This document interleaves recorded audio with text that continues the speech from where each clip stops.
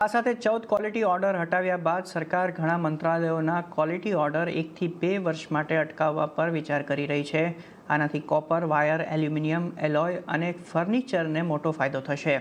શું છે સંપૂર્ણ સમાચારની વધુ વિગત લઈએ આરતી મહેતા પાસેથી। આરતી, QCOને સરકાર શું વિચાર કરી રહી છે?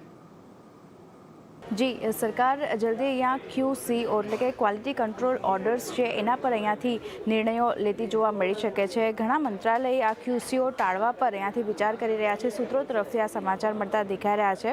હાઈ લેવલ કમિટીના રિપોર્ટના આધાર પર જે છે તે અહીંયાથી સરકાર કાર્યવાહી કરતી જોવા મળી શકે છે અને સરકાર 1 થી 2 વર્ષ માટે આ QCO જે છે તે અહીંયાથી અટકાવી શકે છે। સાથે જ કોપર, વાયર, એલ્યુમિનિયમ, એલોય અને ફર્નિચરના ઓર્ડર અહીંયાથી અટકતા જોવા મળી શકે છે। એની સાથે ઇલેક્ટ્રોનિક્સ કમ્પોનન્ટ મેન્યુફેક્ચરિંગ ઓર્ડર પણ સરકાર અટકાવી શકે છે।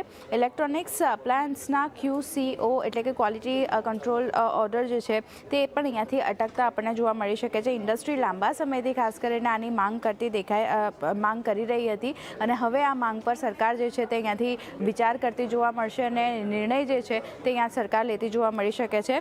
ખાસ કરીને QCO અટકાવવાથી MSMEનો ફાયદો થતો જોવા મળશે એટલે MSMEને ખાસ કરીને રાહત અહીંયા મળતી દેખાઈ શકે છે। તમને જણાવી દઈએ કે BISએ ઓલમોસ્ટ 733 પ્રોડક્ટના QCO જે છે તે અહીંયાથી જાહેર કર્યા હતા। તો હવે સરકાર ક્યાંય ને ક્યાંય આના પર વિચાર કરતી દેખાઈ રહી છે અને MSMEને આના લીધે ખાસ કરીને એક ફાયદો થતો જોવા મળશે।